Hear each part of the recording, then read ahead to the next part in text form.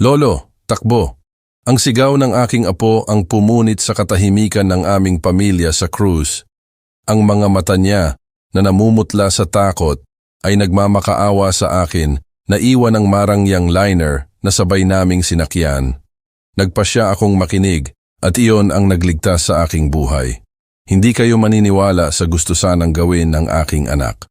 Bago tayo magpatuloy, pakisubscribe muna sa channel at ipaalam sa amin kung saan kayo nakikinig sa comments. Bahagyang nanginig ang aking mga kamay habang inaabot ko ang pitsel ng kape. Hindi dahil sa edad, huwag ninyo sanang isipin, kundi dahil sa isang bagay na hindi ko pa matukoy. Tahimik ang kusina, sa ginintuang liwanag ng hapon na iyon, lahat ay nasa tamang lugar. 43 taon na akong naninirahan sa bahay na ito at gusto ko pa rin ang mga tahimik na sandaling ito. Nagpercolate ang kape sa pamilyar nitong ritmo habang inaayos ko ang paborito kong mug sa granite counter. Naging mas mahalaga ang mga simpleng kaligayahan mula nang ako'y nagretiro. Tapos, tumunog ang telepono. Ang pangalan ni Danny ang sumilay sa caller ID. Humigpit ang kapit ko sa ceramic handle bago pa man ako sumagot. "Hey Dad!" Dala ng boses niya ang partikular na tono na ginagamit niya mula pa noong bata siya kapag may gusto siyang bilhing mahal. "Hello anak!" Pinanatili kong neutral ang aking boses kahit pa tumanguna ang tiyan ko. "Kumusta ang lahat?" "Well, iyon ang dahilan kung bakit ako tumawag." Lumunok si Danny at nai-imagine ko siyang naglalakad sa kanyang magulong sala. "Kailangan namin ng 400,000 para sa tickets sa cruise. Lahat ay nakabook na. Nakabayad na ang mga deposito. Kailangan na ng travel agent ang balanse bago mag-Lunes." Ibinaba ko ang mug ng kape ng mas malakas kaysa sa kailangan. Ilang patak ang tumalsik sa counter. "Anak, 42 taong gulang ka na. Isang ganap na lalaki na may trabaho at pamilya. Bayaran mo ang sarili mong bakasyon. Paano mo nasasabi iyan?" Tumalon ang boses niya ng isang oktave, ang pamilyar na pag-iinarte ay gumagapang. "Kami ang pamilya mo. Ito ay dapat na isang selebrasyon. Ang pagretiro mo, quality time na magkasama at nag-aalala ka pa sa pera." Naglakad ako sa bintana ng sala, nakatingin sa maingat kong inaalaga ang damuhan. Si Aling Teresita sa kabilang bahay ay nagpuputol ng kanyang mga rosas. Mga normal na tao na gumagawa ng mga normal na bagay habang ang anak ko ay humihingi ng daan-daang libong piso na para bang barya lang. "Babayaran ko ang ticket ni Leia," mariin kong sabi. 10 siyang taong gulang. Hindi siya dapat magdusa dahil hindi marunong mag-budget ang kanyang mga magulang. "Dad, come on." Ngayon, tunog desperado na siya, na mas lalo namang nagpalala. "Pinag-uusapan natin ang tungkol sa family trip dito. 7 araw sa Caribbean. Kailan pa tayo magkakasama ulit ng ganito?" "Danny, tinulungan na kita ng hindi ko na mabilang. Ang down payment sa bahay, kasal mo, ang pag-aayos ng kotse noong nakaraang taon. Kailan ito matatapos?" "Iba ito. Ito ay tungkol sa mga alaala ng pamilya. Tungkol sa..." "Hindi!"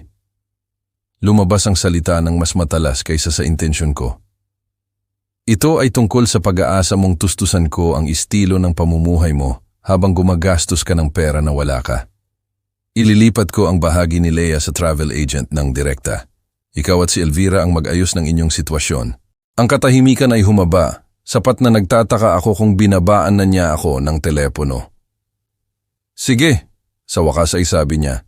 Ang boses niya ay malamig na parang taglamig. "Pero huwag mo akong sisihin kung masira nito ang lahat. Huwag mo akong sisihin kung magtanong si Leia kung bakit hindi pinayagan ng lolo ang kanyang mga magulang na sumama sa family cruise." Ang dial tone ay umalingaw-ngaw sa aking tainga. Tumayo ako roon na hawak ang patay na telepono. Nakatitig dito na para bang ipapaliwanag nito kung paanong ang aking mapagbigay at mapagmahal na anak ay naging ganitong mapanlinlang na estranghero. Ang liwanag ng hapon ay umaagos pa rin sa bintana ng kusina, ngunit may isang bagay na mahalaga ang nagbago. Hindi lang ito isa pang kahilingan para sa tulong. Iba ito, mas desperado, mas mapilit, at kahit papaano, alam kong hindi niya lang ito basta-basta hahayaan. Ang tunog ng mga pintuan ng kotse na sumasara ay nagpatingin sa akin mula sa aking plato ng hapunan. Sa bintana ng dining room, nakita ko ang may dent na minivan ni Danny sa aking driveway. Ang makina ay umuungol pa habang lumalamig. Kumabog ang aking tiyan. Paparating sila upang tapusin ang sinimulan ng tawag sa telepono. Narinig ko ang susi ni Danny sa pintuan sa harap. Ang ekstrang ibinigay ko sa kanya taon na ang nakalipas ng ipanganak si Leia. Noong mas madali pa ang pagtitiwala. Nag-click ang kandado at pumasok sila ng walang katok, walang kagandahang asal, walang respeto sa mga boundaries, basta na lang pumasok sa aking pribadong espasyo. Isko, kailangan nating mag-usap. Si Elvira, ang unang lumitaw, ang kanyang makeup ay bahagyang kumalat, ang mga kamay ay nanginginig ng sapat para mapansin. Umiiyak siya o gusto niya akong isipin na umiiyak siya.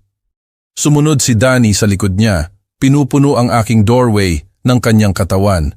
Sa edad na 42, mayroon pa rin siyang malapad na balikat mula sa kanyang mga araw sa college football, bagaman lumaki na ng husto ang kanyang tiyan. Hindi siya umupo. Sa halip, naglakad siya sa paligid ng aking sala, na para bang pag-aari niya ito, dinadampot ang mga larawan ng pamilya, at inilalapag ang mga ito nang walang pakialam. Pakiupo kayo. Ginesture ko patungo sa mga upuan, sinusubukang panatilihin ang ilang anyo ng normal na pagiging magiliw, kahit na nilalabag nila ang bawat boundary na mayroon ako. Si Elvira ay umupo sa gilid ng aking leather armchair, handang tumalon anumang sandali.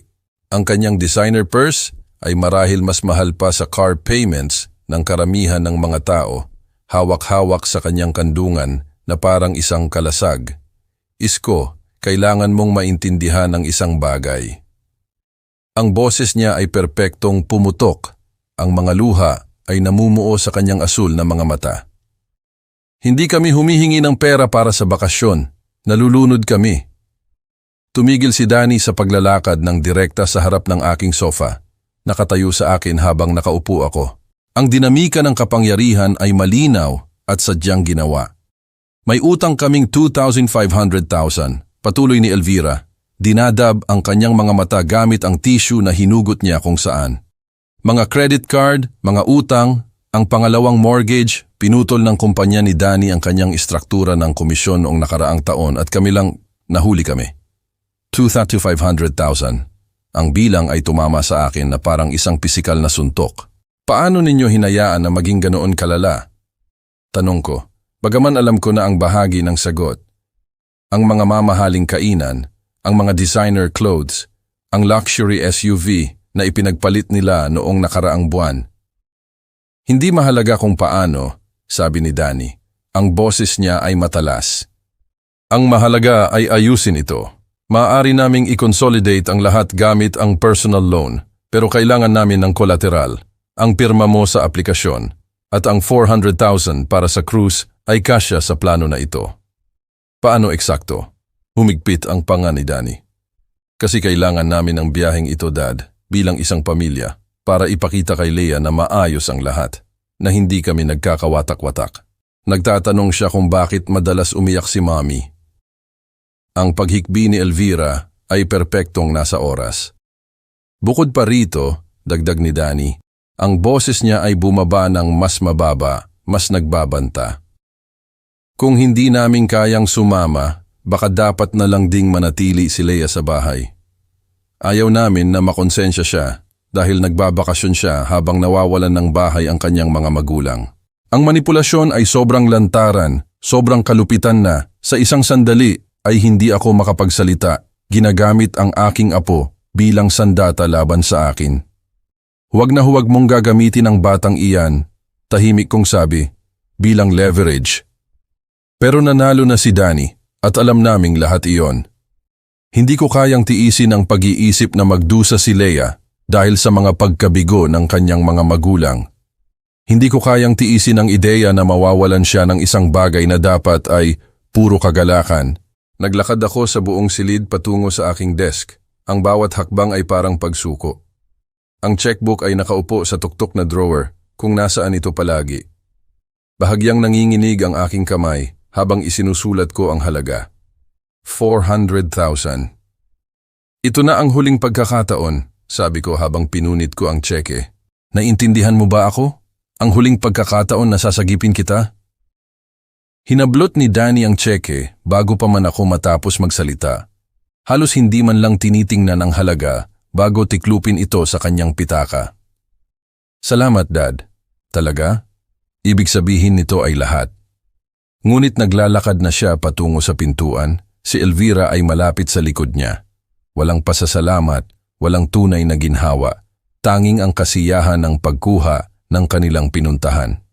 Sumara ang pintuan sa harap sa likod nila sa isang mahinang click. Tumayo akong mag-isa sa aking sala, nakatitig sa walang laman na checkbook sa aking mga kamay. Ang bahay ay parang nilabag, kontaminado ng kanilang desperasyon at ng sarili kong kahinaan. Sa labas, umingay ang minivan ni Danny at umalis. 400,000 para sa 7 araw sa dagat, kasama ang mga taong nakikita ako bilang walang iba kundi isang ATM na may pulso. Ang bawat hakbang sa hagdan ay mas mabigat kaysa sa dati, hindi mula sa pisikal na pagkapagod, bagaman ang aking mga binti ay tiyak na naramdaman ang bigat ng 68 taon ng mas matindi ngayong gabi. Ang emosyonal na epekto ng mga paghaharap sa araw na ito ay lumapag sa aking mga buto na parang lamig ng taglamig. Hinugot ko ang aking lumang leather suitcase mula sa closet ng kwarto. Ang ginamit namin ni Marta para sa aming honeymoon sa Italia 45 taon na ang nakalipas. Ang mga brass clasps ay gumagana pa rin ng perpekto, bagaman ipinapakita ng balat ang edad nito sa banayad na mga kulubot at gasgas na sulok.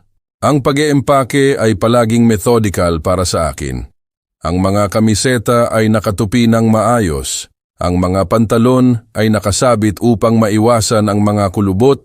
Ang mga gamit sa banyo ay inayos ayon sa laki. Ngayong gabi, gayon paman, ang aking mga kamay ay gumagalaw ng automatiko habang ang aking isip ay gumagala sa mas madilim na mga landas. Kailan naging ganito si Danny? Kailan nagbago ang aking tulong mula sa mapagbigay na suporta tungo sa inaasahang tribute? Binuksan ko ang aking dresser drawer upang kumuha ng medyas at hindi sinasadyang nahugot ang file folder sa ilalim. Ang isa kung saan ko iningatan ang mahahalagang financial documents, mga bank statements at mga resibo ay nakakalat sa aking kama na parang ebidensya ng ilang krimen. Ang resibo ng down payment sa bahay ay nakatingin sa akin. 10,000 5 taon na ang nakalipas nang sinabi ni Danny na nakakita siya ng perpektong starter home para sa kanyang pamilya. Kailangan lang ng tulong sa down payment, Dad. Kami na ang bahala sa monthly payments. Sa ilalim niyon, ang mga gastusin sa kasal. 500,000 para sa tinawag ni Elvira na isang modest ceremony sa country club. Isa pang 750,000 para sa kanilang honeymoon sa France. Gusto naming simulan ng tama ang aming kasal, paliwanag ni Danny. Walang stress, walang utang na nakabitin sa amin. Mga bayarin sa pag-aayos ng kotse, 400,000 taos. Nang nasira ang transmission ni Danny 3 taon na ang nakalipas, hindi ako makakapasok sa trabaho ng walang kotse. Dad, babayaran kita sa oras na dumating ang insurance check. Ang insurance check ay hindi kailanman dumating. Umupo ako sa gilid ng aking kama, napapalibutan ng mga paper trails ng sarili kong katangahan. 27 taon ng mga emergencies at just this once na mga kahilingan. Ang bawat isa ay tila makatwiran noong panahong iyon. Ang bawat isa ay may kasamang mga pangako ng pagbabayad na hindi kailanman natupad. Ang aking calculator ay nakaupo sa nightstand. Lumang ugali mula sa aking mga araw sa negosyo. Palaging i-double check ang mga numero. Nagpunch ako ng mga numero na may lumalaking pagkadismaya. 10,000, 1,500,000, 750,000, 400,000. Mas maliliit na halaga sa paglipas ng mga taon. Car insurance, mga bayarin sa medisina, mga regalo sa Pasko na naging mga Christmas loans. Ang kabuuan ay umakyat lampas sa 14,000, halos 14 na milyong piso sa buong buhay ni Danny bilang isang adult. Ang bilang ay nakatitig sa akin mula sa birding display ng calculator. Ang bawat digit ay isang paalala ng sarili kong kahinaan. Nagtrabaho ako ng 40 taon na nagtatayo ng nest egg na iyon, nag-ipon at nag-invest at nagplano para sa pagretiro upang panoorin lang ang aking anak na tratuhin ito na parang personal niyang piggy bank. Isang larawan ni Leia ang nahulog mula sa folder. Noong nakaraang umaga ng Pasko, ang kanyang ngiti na may puwang sa ngipin ay maliwanag habang binubuksan niya ang mga regalo. Niyakap niya ako ng napakahigpit noong araw na iyon, bumulong, "I love you, Lolo," sa aking tainga. Habang nagtatalo sina Danny at Elvira kung sino ang turn na maghugas ng pinggan. Ang batang iyon ay karapat-dapat ng mas mahusay kaysa sa mga magulang na ginagamit siya bilang emotional leverage. Karapat-dapat siya ng isang lolo na sapat na malakas upang protektahan siya mula sa kanilang dysfunction, kahit na nangangahulugan ito ng pagprotekta sa kanya mula sa kanila. Kinuha ko ang mga documents at ibinalik ang mga ito sa folder. Pagkatapos ay ipinagpatuloy ang pag-eempake na may bagong layunin. 7 araw sa dagat ang naghihintay. 7 araw kasama ang aking apo. Pinapanood siyang tuklasin ang hiwaga ng mga ocean sunsets at mga isla ng tropiko. Ano man ang mangyari sa cruise na yon, determinado akong bigyan si Leia ng mga alaala na karapat-dapat ingatan. Ang uri ng mga alaala na karapat-dapat sa bawat bata, malaya mula sa bigat ng mga problema ng matatanda at mga pagkabigo ng magulang. Ang alarm clock sa aking nightstand ay nagliliwanag. 9:47 p.m. Ang maagang pag-alis bukas ay nangangahulugan ng maagang pagtulog ngayong gabi. Itinakda ko ang alarm para sa 6:00 a.m. at pinatay ang bedside lamp. Bukas, sa kabila ng lahat, magdadala ng kagalakan ng pagkakita sa excitement ni Leia habang sumasakay kami sa kahangahangang barko na iyon. Nang umupo ako sa masikip na gitnang upuan ng kotse ni Danny kinabukasan upang makarating sa port, ito ay parang isang hawla. Ngunit ang presensya ni Leia sa tabi ko ang nagpagaan dito. Naghihintay siya sa porch nang huminto ang may damage na minivan ni Danny sa aking driveway. May hawak na kupas na paperback copy ng The Secret Garden at halos nanginginig sa excitement. "Lolo, tingnan mo ang dinala ko para basahin sa barko." Itinaas niya ang libro, ang mga pahina nito ay malambot mula sa hindi mabilang na pagbabasa. Si Francis Hodgson Burnett ang paborito kong author. Sa tingin mo, mayroon silang library sa barko? Sigurado akong mayroon, sweetheart. Tinulungan ko siyang ayusin ang seatbelt sa paligid ng kanyang maliit na katawan. Maingat na huwag salubungin ang mga mata ni Danny sa rearview mirror. Ang tensyon mula sa paghaharap kagabi ay pumipintig pa rin sa pagitan namin. Parang kuryente bago ang isang bagyo. Umikot si Elvira sa upuan ng pasahero. Inaayos ang kanyang salamin upang panoorin ang aming interaksyon. Ang kanyang manicured fingernails ay nagtap laban sa armrest sa isang nakakainis na ritmo. Bawat ilang segundo, sasaluin niya ang aking mata sa refleksyon at mag-aalok ng isang malamig na ngiti na hindi kailanman umabot sa kanyang maingat na made-up features. "Tingnan mo, Lolo." Dinikit ni Leia ang kanyang mukha laban sa bintana habang nagme-merge kami sa highway. Ang mga gusali ay tumatangkad. Parang nagmamaneho kami sa isang gubat na gawa sa salamin at bakal. Ang kanyang pagtataka ay nakakahawa. Sa kabila ng lahat, nakita ko ang sarili ko na ngumingiti ng totoo sa unang pagkakataon mula noong tawag sa telepono ni Danny kahapon. Ang mga bata ay nakakakita ng mahika kung saan ang mga matatanda ay nakakakita lamang ng konkreto at komersyo. Iyan ang Manhattan, prinsesa. Tingnan mo ang matangkad na gusaling iyan na may patulis na tuktok. Iyan ang Chrysler Building. Itinayo iyan nung bata pa ang lolo ko. Ang lolo mo? Lumaki ang mga mata ni Leia. Ibig sabihin niya ng great-great-grandfather ko.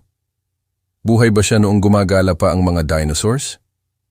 Hindi naman ganoon katanda. Tumawa ako.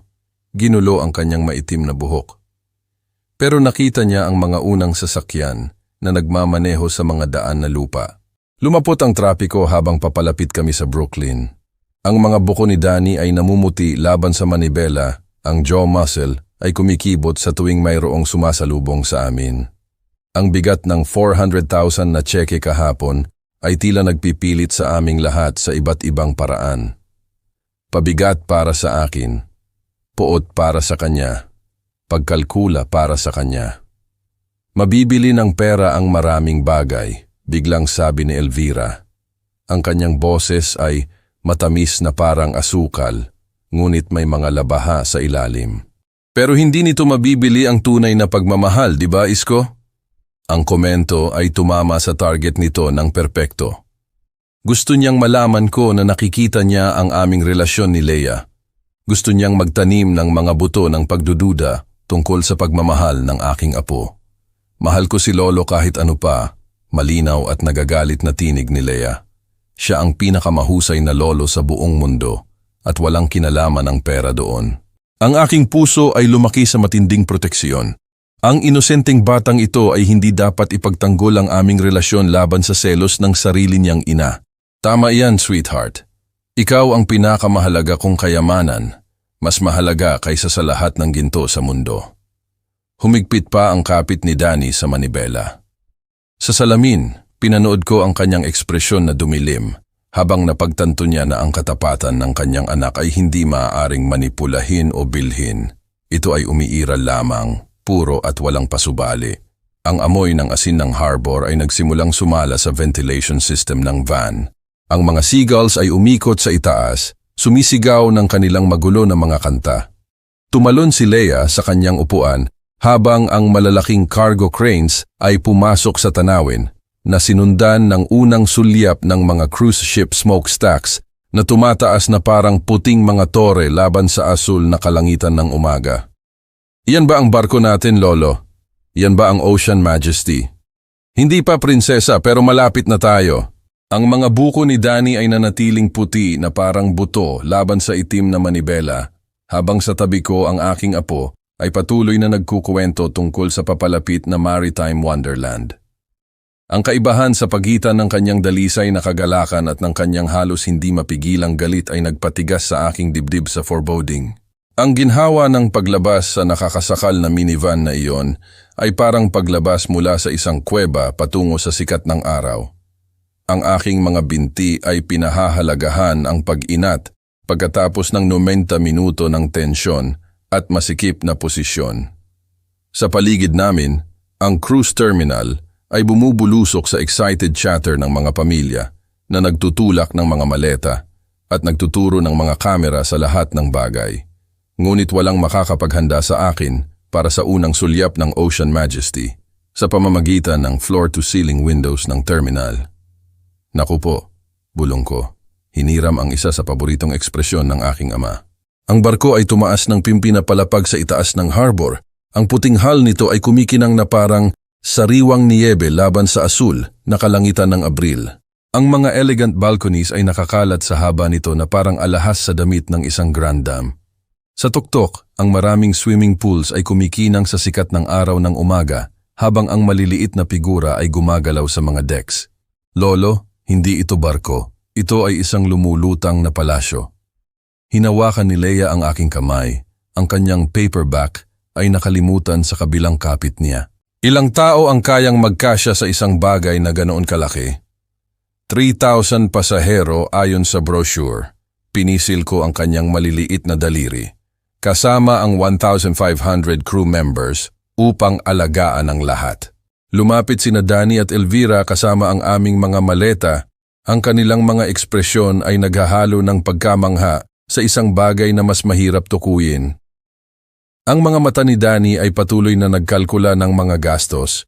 Ang marble lobby na nakikita sa mga bintana, ang nakasuot ng uniformeng staff na bumabati sa mga pasahero, ang malinaw na luho ng bawat detalye. Ang security checkpoint ay naghiwalay sa amin sandali sa iba't ibang linya. Pinanood ko si Leia na tumatalon ng walang pasensya habang tinitingnan ng isang gwardya ang kanyang maliit na backpack. Ang kanyang excitement ay sobrang puro kaya't sumasakit ang aking puso. Kailan ko huling naramdaman ang ganoong walang komplikasyon na kagalakan tungkol sa anumang bagay? Maligayang pagdating sa Ocean Majesty, umalingaw-ngaw ang boses ni Kapitan Johnson sa mga terminal speakers. Kami ay naghahanda para sa isang kahangahangang 7 araw na paglalakbay sa Caribbean. Lahat ng mga pasahero ay dapat na nasa barko bago mag-11:30 para sa aming tanghali na pag-alis. Ang gangway ay umaabot sa harap namin na parang isang tulay sa pagitan ng mga mundo. Sa isang gilid, ang pamilyar na kaguluhan ng New York Harbor. Mga busina ng kotse, usok ng diesel, konkreto.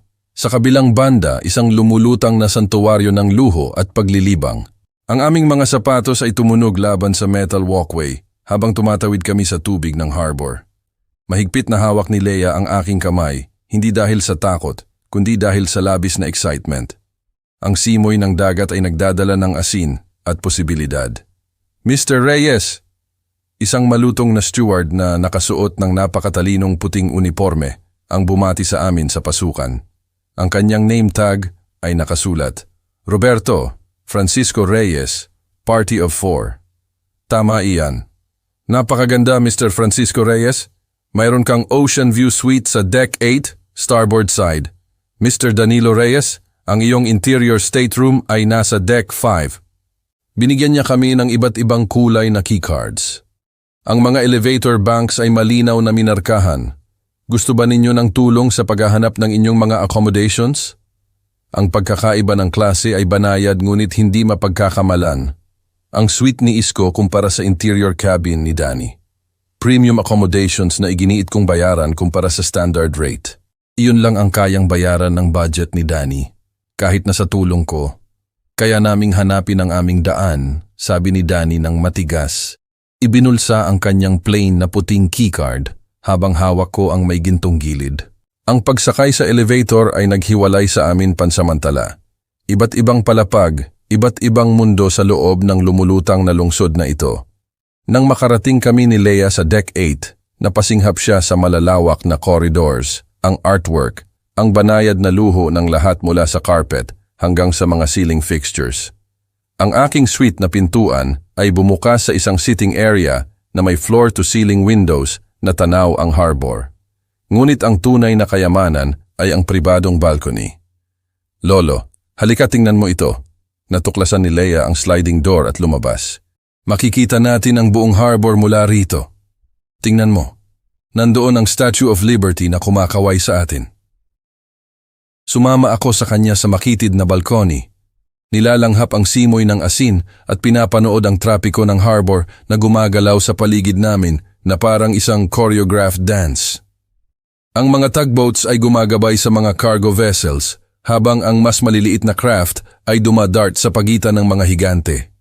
Sa malayo, itinaas ng Lady Liberty ang kanyang torch patungo sa mga ulap na parang pininturahan laban sa asul na kalangitan. Sa unang pagkakataon mula noong tawag sa telepono ni Danny kahapon ng hapon, naramdaman ko ang tunay na kapayapaan. Dito, napapalibutan ng karagatan at posibilidad, ang bigat ng drama ng pamilya ay tila mas magaan. Ang busina ng barko ay tumunog ng isang mahaba, malalim na nota na nagpatunog sa deck sa ilalim ng aming mga paa. Ang busina ng barko ay tumunog muli habang nakatayo ako sa aking pribadong balcony, pinapanood ang skyline ng Manhattan na dahan-dahang lumiit sa likod namin. Ang Statue of Liberty ay dumaan ng sapat na malapit kaya't makikita ko ang mga individual na detalye sa kanyang copper surface. Ang mga turista na kasing liit ng mga langgam ay nagtitipon sa kanyang base. Ito ang pakiramdam ng kapayapaan. Halos nakalimutan ko na. Ang pangunahing dining room sa tanghalian ay bumubulusok sa excited chatter ng 3,000 pasahero na nagsisimula ng kanilang adventure. Ang mga pamilya ay sumasakop sa mga mesa sa paligid namin. Mga lolo at lola kasama ang mga apo. Mga magulang na nagja-juggle ng mga bata. Matatandang mag-asawa na nagbabahagi ng tahimik na mga pag-uusap sa puting alak. Mga normal na tao na nag-i-enjoy sa mga normal na bakasyon nang walang undercurrent ng financial manipulation na naglalason sa bawat interaksyon sa aking anak. Mr. Reyes, gusto ba ninyo ng aming signature welcome cocktail? Lumitaw ang waiter sa tabi ng aking mesa na may tray ng mga makukulay na inumin na pinalamutian ng maliliit na payong. Ito ay complimentary sa inyong sweet package. Salamat pero nag-e-enjoy ako sa mga tanawin ng maayos. Ginesture ko patungo sa floor-to-ceiling windows kung saan ang coastline ng New Jersey ay gumugulong na parang isang pininturahang backdrop. Marahil mamaya, natuklasan ni Leia ang Kids Club pagkatapos ng tanghalian, isang wonderland ng mga video games mga arts and craft stations, at mga supervised activities na nag-iwan sa kanya na halos walang imik sa kagalakan. Pinanood ko sa observation window habang ipinakilala niya ang sarili sa ibang mga bata na may walang takot na kumpiyansa na tanging ang mga 10 taong gulang lamang ang nagtataglay. Maaari ba tayong lumangoy pagkatapos nating panoorin ang magician show? Tanong niya nang makita niya ako na nagbabasa sa library ng barko mamaya sa hapon. Mayroon silang 3 magkakaibang pools, Lolo. Ang isa ay may water slide na hugis parang sea serpent. Oo naman, prinsesa, ang buong linggo na ito ay tungkol sa pagpapasaya sa iyo. At sa unang pagkakataon sa loob ng ilang buwan, talagang nag-e-enjoy ako sa isang libro. Ang mga leather chairs ng library ay nakaharap sa panoramic ocean views, at ang banayad na pag-ugoy ng barko ay lumikha ng isang hypnotic rhythm na nagpapadama sa pagbabasa na parang meditation. Walang mga tawag sa telepono na humihingi ng pera, walang guilt trips tungkol sa mga obligasyon ng pamilya, tanging ang walang katapusang horizon at isang mahusay na ginawang mystery novel. Ang pool deck sa huling hapon ay isang revelation.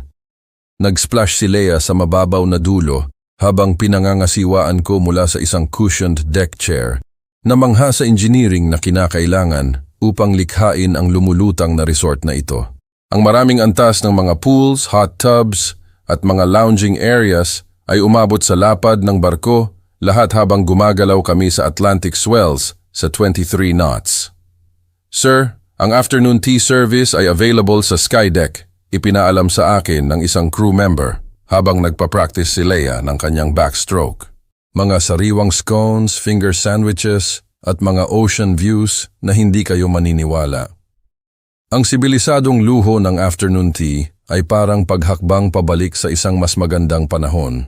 Mga pinong china cups, silver service at watercress sandwiches na pinutol sa perpektong mga tatsulok habang ang karagatan ay umaabot ng walang katapusan sa bawat direksyon.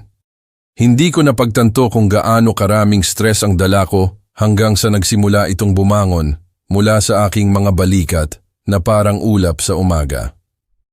Lolo, hulaan mo kung ano ang natutunan ko ngayon. Sumabog si Leia sa tea service area, basa pa mula sa pool at nagniningning sa excitement. Mayroon silang rock climbing wall na umaakyat ng 6 na palapag at ngayong gabi mayroong Broadway show sa theater at bukas maaari tayong mag-snorkeling sa Bermuda. Ang kanyang enthusiasm ay nakakahawa. Sa kabila ng lahat, ang manipulasyon ni Danny, ang selos ni Elvira, ang financial pressure na tila hindi nagtatapos, ang sandaling ito ay perpekto. Ang kagalakan ng aking apo, ang mapayapang ritmo ng barko, ang pangako ng isang linggo na nakatuon ng buo sa paglikha ng masayang mga alaala. Habang papalapit ang gabi, tinulungan ko si Leia na pumili ng mga damit para sa hapunan, habang ang kanyang mga magulang ay naghahanda sa kanilang sariling kabin sa isang lugar sa ibaba. Ang formal dining room ay nangangailangan ng resort casual attire, na nagbigay kay Leia ng dahilan upang isuot ang sundress na binili sa kanya ng kanyang lola noong nakaraang tag-init. Mukha ba akong fancy para sa isang tunay na ship's dining room, Lolo?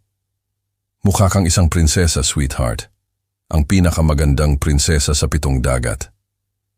Pagkatapos isuot si Leia sa kanyang bunk bed sa cabin ng kanyang mga magulang at magpaalam kina Danny at Elvira na may pilit na kagandahang asal, naglakad ako pabalik sa aking suite na tunay na nagpapasalamat. Bukas magigising kami sa crystal blue waters ng Bermuda. Si Leia ay mag-snorkeling sa unang pagkakataon, makakakita ng mga tropical fish, mangongolekta ng mga conch shells sa pink sand beaches. Ang linggo ay umabot na parang isang regalo. 7 araw ng dalisay na kagalakan kasama ang aking apo bago bumalik sa masalimuot na realidad ng pamilya at pananalapi. Ang sunset ay nagpinta sa Atlantic sa mga kulay ng coral at ginto, habang ako ay umupo ng mas malalim sa aking deck chair. Sa wakas ay pinapayagan ng sarili ko na mag-relax ng totoo. Ang mystery novel ay nakabukas sa aking kandungan habang ang banayad na ocean swells ay nag-ugoy sa malaking barko na parang isang duyan. Ang ibang mga pasahero ay naglalakad, nagtuturo ng mga kamera sa horizon kung saan ang araw ay humipo sa tubig. Ito ang kapayapaan. Ito ang pinaghirapan kong kitain sa loob ng 40 taon. Tapos narinig ko ang mga tumatakbong yapak. Lolo. Ang boses ni Leia ay pumutok sa takot habang sumabog siya sa upper deck. Ang kanyang mukha ay namumula at may tear streaks. Nadapa siya sa pagitan ng mga deck chairs. Nagpapanik na naghahanap sa karamihan hanggang sa makita ng kanyang mga mata ang akin. Ang aking libro ay nahulog sa deck habang tumayo ako. Agad na naalarma sa kanyang takot. Sa loob ng 10 taon, hindi ko pa nakita ang aking apo na mukhang ganoon katakot. Prinsesa, anong problema? Hinila ko siya ng malapit. Naramdaman ang kanyang maliit na katawan na nanginginig laban sa aking dibdib. Anong nangyari? Sumulyap siya sa kanyang balikat patungo sa loob ng barko. Pagkatapos ay bumulong ng apurahan sa aking tainga. Kailangan nating umalis dito ngayon din, Lolo. Sasaktan ka nila ngayong gabi. Nanlamig ang aking dugo. Sino ang sasaktan sa akin? Leia, kailangan mong sabihin sa akin kung ano ang narinig mo. Sina Mommy at Daddy. Ang kanyang boses ay halos hindi marinig, nakakubli laban sa aking balikat. Bumalik ako upang kunin ang aking libro mula sa kanilang silid at narinig ko silang nag-uusap sa bathroom door. Sinabi nilang maglalagay sila ng isang bagay sa iyong inumin sa hapunan, isang bagay na magpapatulog sa iyo. At pagkatapos ay hindi niya matapos ang pangungusap, ngunit ang kanyang kahulugan ay tumama sa akin na parang isang pisikal na suntok. Sigurado ka ba talaga sa narinig mo? Ang aking boses ay nanatiling kalmado kahit na ang aking isip ay umikot sa imposible nito. Ang sarili kong anak ay nagpaplano na patayin ako. Sinabi nilang ikaw ay drowsy at dadalhin ka nila sa deck para sa sariwang hangin, ngunit sa totoo lang itutulak ka nila sa railing kapag walang nakatingin. Ang mga salita ay nagmadaling lumabas sa kanya sa isang takot na bulong. Sinabi nilang magmumukha itong isang aksidente, isang matandang lalaki na nawawalan ng balanse. Ang deck ay tila tumagilid sa ilalim ng aking mga paa, bagaman alam kong matatag ang barko. Si Danny at Elvira, ang aking anak at ang kanyang asawa, ay nagpaplano ng aking kamatayan na may kaswal na efficiency ng pagpaplano ng isang grocery list. Binanggit nila ang timing, patuloy ni Leia, nakatingin pa rin sa paligid ng may takot. May isang bagay tungkol sa dinner seating at kung paano nagbabago ang deck patrol shifts sa 9:30. Ang antas ng detalye ay nagpalamig sa akin. Hindi ito isang mapusok na desisyon na ipinanganak mula sa desperasyon. Nag-research sila, nagplano, kinakalkula ang pinakamahusay na paraan upang patayin ako at manahin ang aking pera. Makinig ka sa akin ng maingat, prinsesa. Hinawakan ko ang kanyang mga balikat, nakatingin ng direkta sa kanyang natatakot na mga mata. Ginawa mo ang eksaktong tamang bagay sa pagsasabi sa akin. Ikaw ay hindi ka panipaniwalang matapang at ngayon haharapin natin ito ng magkasama. Pero paano kung makita nila tayong nag-uusap? Paano kung malaman nila na narinig ko sila? Hindi nila malalaman. Magiging napakatalino tayo tungkol dito. Ang aking isip ay nagra-racing na sa mga posibilidad. Una, pupunta ka sa kids club para sa movie night. Manatili ka roon hanggang sa kunin kita. Huwag kang babalik sa kanilang cabin ng mag-isa. Paano ka, Lolo? Paano kung subukan nilang bigyan ka pa rin ng inumin? Hayaan mo akong mag-alala tungkol doon. Nagawa ko ang inaasahan kong isang nakakapanatag ng ngiti. Bagaman sa loob ay pakiramdam ko, ay nahuhulog ako sa walang laman na espasyo. Minsan ang pinakamahusay na paraan upang mahuli ang isang tao sa isang trap ay hayaan silang isipin na ito ay gumagana. Ang mga dinner bells ng barko ay nagsimulang tumunog sa iba't ibang decks. Tinatawag ang mga pasahero sa evening service. Sa mga bintana ng dining room sa ibaba, nakita ko ang nakasuot ng puting unipormeng mga waiter na nagsisindi ng mga kandila sa mga mesang may kumikinang na kristal at pilak. Mahigpit akong niyakap ni Leia. Ipinapangako mo sa akin na hindi ka iinom ng anumang ibibigay nila sa iyo. Ipinapangako mo sa akin na magiging maingat ka. Ipinapangako ko, sweetheart. Ngayon pumunta ka sa kids club at subukang magsaya. matatapos din ang lahat ng ito sa lalong madaling panahon. Habang nagmamadali siyang umalis patungo sa activity center ng barko, nanatili akong nakatayo sa deck railing. Pinapanood ang mga dining room na napupuno ng mga pamilya na nag-e-enjoy sa kanilang bakasyon. Sa isang lugar sa ibaba, naghahanda sina Danny at Elvira na sumama sa akin para sa pinaniniwalaan nilang magiging huli kong pagkain. Mahigpit akong kumapit sa railing habang ang buong bigat ng pagtataksil ay lumapag sa akin. Ang anak na pinalaki ko, sinuportahan at minahal ng walang pasubali ay nagpasya na mas mahalaga ako ng patay kaysa sa buhay. Ngunit nagawa nila ang isang mahalagang pagkakamali. Minamaliit nila ang tapang ng isang 10 taong gulang at ang determinasyon ng isang lolo upang protektahan siya. 90 minuto ang lumipas mula noong babala ni Leia at nakaupo akong mag-isa sa isang sulok na mesa sa eleganteng bar ng barko, nagpapanggap na nag-aaral ng dinner menu habang ang aking mga mata ay sumusubaybay sa bawat paggalaw sa paligid ko. Ang Ocean View Lounge ay bumubulusok sa pre-dinner cocktails at sibilisadong pag-uusap. Ang mga crystal glasses ay sumasalo sa malambot na amber lighting. Pinosisyon ko ang sarili ko ng strategically, nakatalikod sa dingding, malinaw na tanawin ng lahat ng mga pasukan, sapat na malapit sa bar upang marinig ang mga order, ngunit sapat na malayo upang maiwasan ang pagiging paranoid. Ang aking telepono ay nakahiga sa tabi ng menu, handa ang voice recorder app, bagaman ang screen ay tila madilim. Isko, ang boses ni Danny ay umalingaw-ngaw sa lounge na may huwad na kasiglahan. Ayan ka pala, Dad. Kanina ka pa namin hinahanap. Lumapit sila na may practice smiles. Si Danny sa kanyang pinakamahusay na vacation shirt. Si Elvira sa isang umaagos na sundress na marahil mas mahal pa sa monthly rent ng karamihan ng mga tao. Ngunit nakikita ko ang pagkalkula sa likod ng kanilang mga mata ngayon. Ang predatory assessment na naging bulag ako sa loob ng maraming taon. Pwede ba kaming sumali sa'yo? Si Elvira ay dumulas sa upuan sa tapat ko nang hindi naghihintay ng sagot.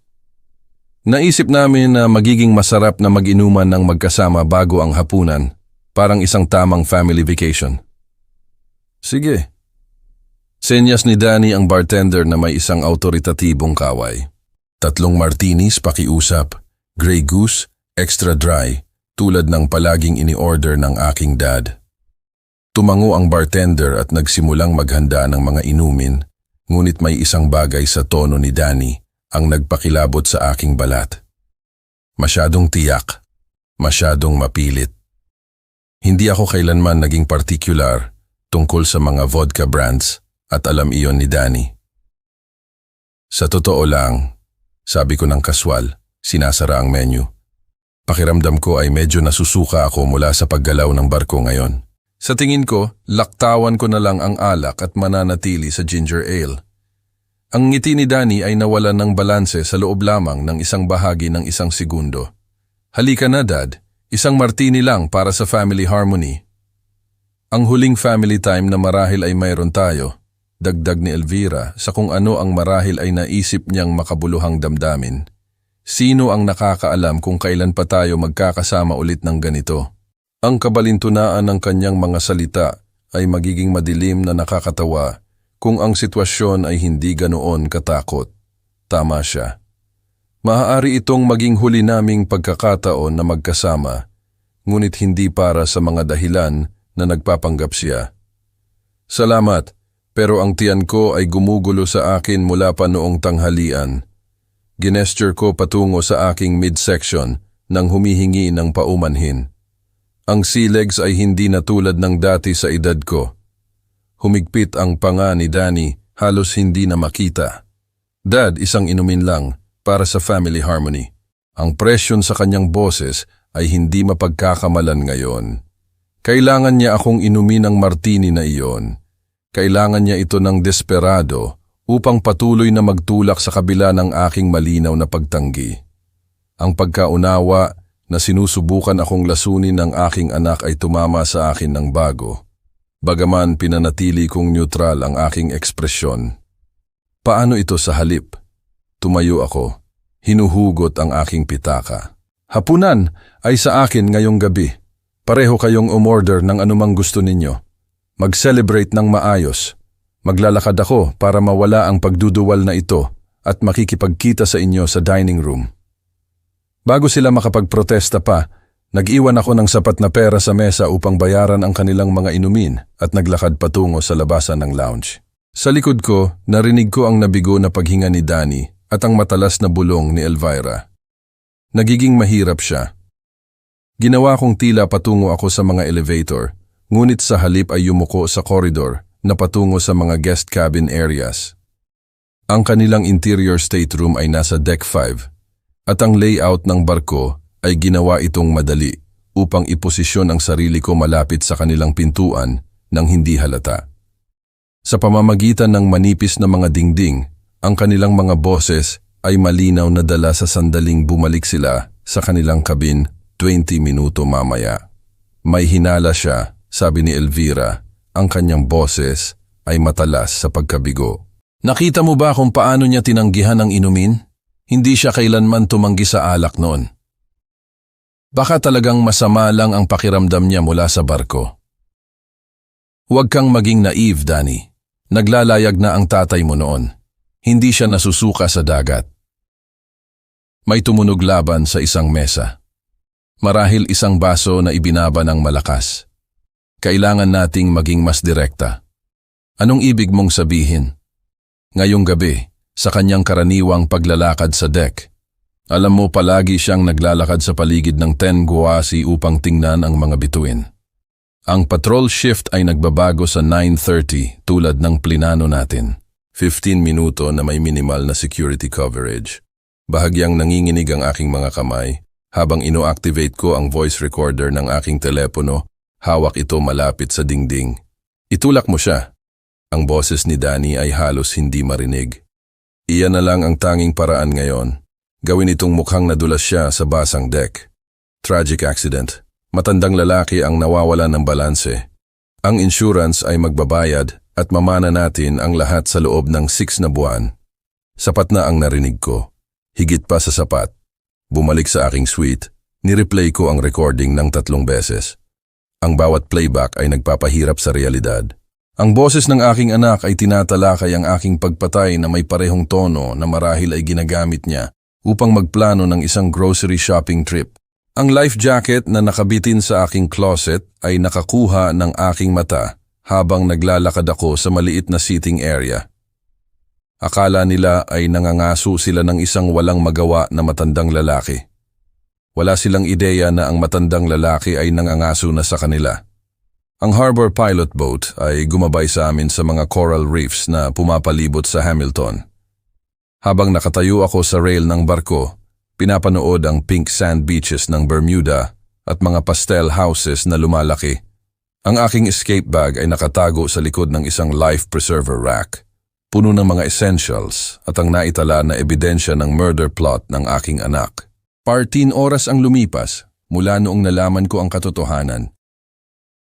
14 oras ng walang tulog na pagpaplano, paglalakad sa aking suite, habang sina Danny at Elvira ay malamang na natutulog ng mapayapa sa kanilang cabin sa ibaba. Tiwala na ang kanilang biktima ay nananatiling walang kamalayan. Ang gangway ay bumaba na may mechanical precision habang ang mga dock workers ay nagsisecure sa malaking barko sa mga concrete pilings. Ang mga pasahero ay nagsimulang dumaloy patungo sa mga labasan, nagkukwentuhan ng excitedly tungkol sa pamimili sa Hamilton at paglangoy sa Crystal Blue Coves. Maaari akong maging kasama nila. Maglakad pababa sa barkong ito, sumakay ng eroplano patungo sa New York at mag-file ng police report mula sa kaligtasan ng sarili kong bahay. Hayaan sina Danny at Elvira na magpaliwanag sa mga autoridad kung bakit nila plinano ang aking pagpatay. Ang aking kamay ay sumara sa bagstrap. Lolo. Ang boses ni Leia ay umalingaw-ngaw sa deck habang tumakbo siya patungo sa akin, nakasuot na para sa shore excursion sa kanyang maliwanag na dilaw na sundress at sandals. Hindi ba ito maganda? Tingnan mo ang tubig, parang lumalangoy sa likidong hiyas. Ang kanyang excitement ang nagpahinto sa akin.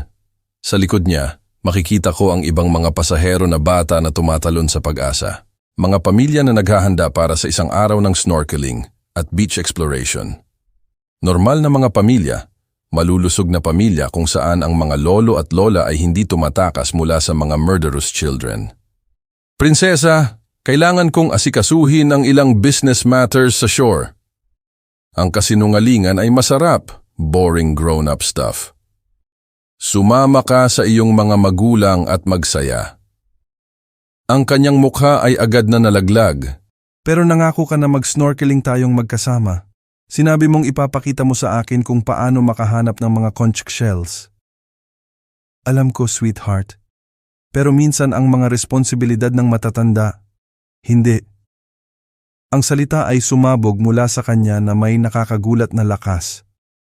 Lolo, pakiusap, huwag mo akong iwan na mag-isa kasama sila. Pakiusap, huwag kang umalis. May isang bagay sa kanyang tono ang nagpatingin sa akin ng mas maingat sa kanya.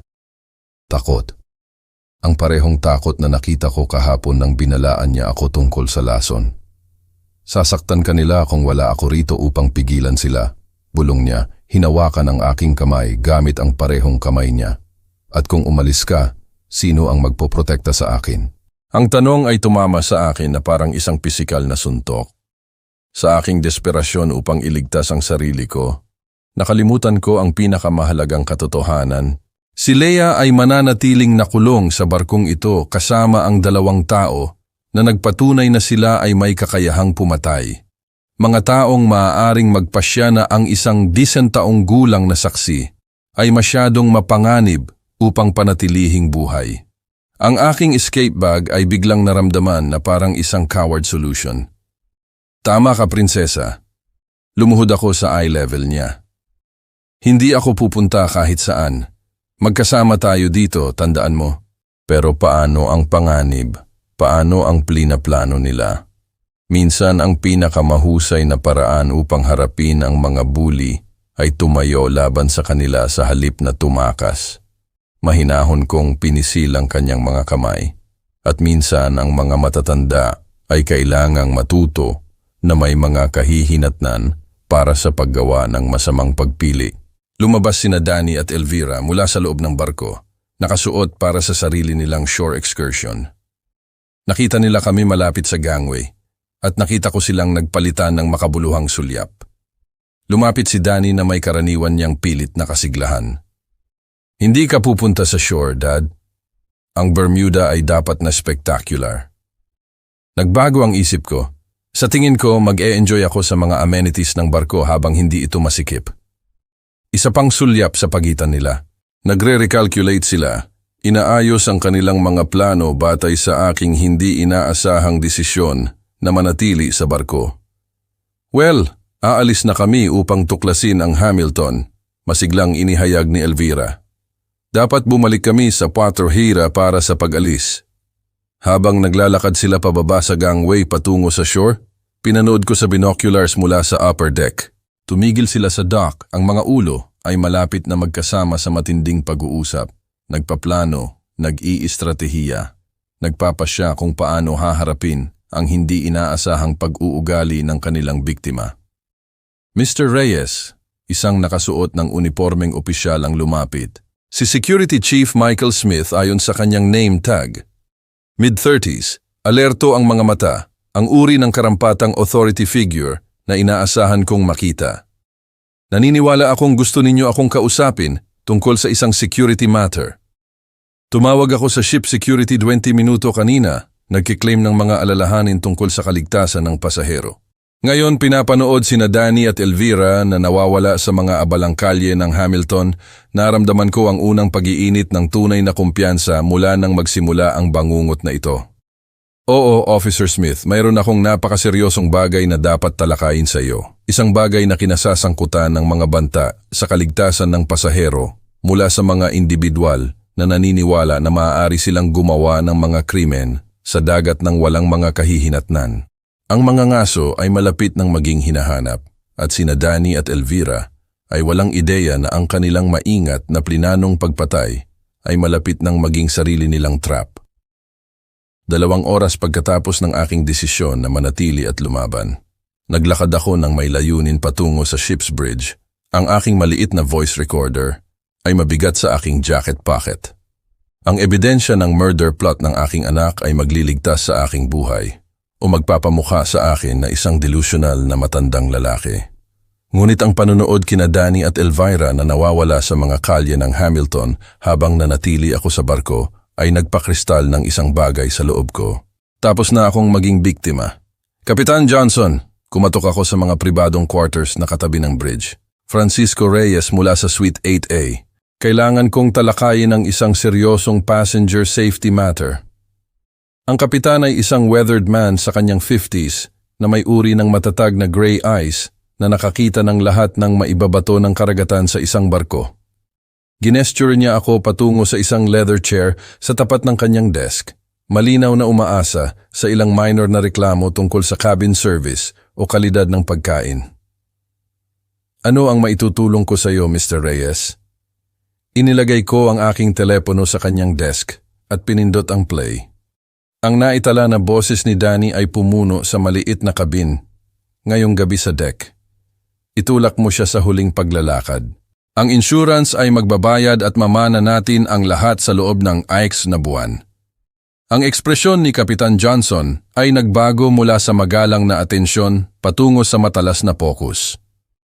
Nakikinig siya sa buong recording ng 2 beses. Ang kanyang panga ay humigpit sa bawat pag-uulit. Mr. Reyes, sinasabi mo ba sa akin na ang sarili mong anak ay nagpaplano na patayin ka sa aking barko? Iyan mismo ang sinasabi ko sa iyo at mayroon pa akong ebidensya. Ipinakita ko sa kanya ang mga timestamps. Ipinaliwanag ang paunang babala ni Leia. Detalyado ang nabigong pagtatangka ng pagkalason. Susubukan nilang muli ngayong gabi sa aking karaniwang paglalakad sa deck. Ang kapitan ay sumandal sa kanyang upuan. Tinitingnan ako ng maingat. Bakit ka pumunta sa akin sa halip na manatili lang sa iyong cabin o umalis sa barko sa Bermuda? Dahil mayroon akong 10 taong gulang na apo na nakulong kasama ang 2 tao na nagpatunay na handa silang gumawa ng pagpatay. Kung tatakbo ako, ano ang mangyayari sa kanya kapag napagtanto nila na narinig niya ang kanilang mga plano? Ang isang bagay sa aking boses ay tiyak na nakumbinsi sa kanya. Kinuha niya ang kanyang radyo. Security sa Captain's Quarters. Officer Smith, Priority 1. Dumating si Michael Smith sa loob ng 3 minuto, mid-30s, alerto, na may tindig ng isang taong siniseryoso ang kaligtasan ng pasahero.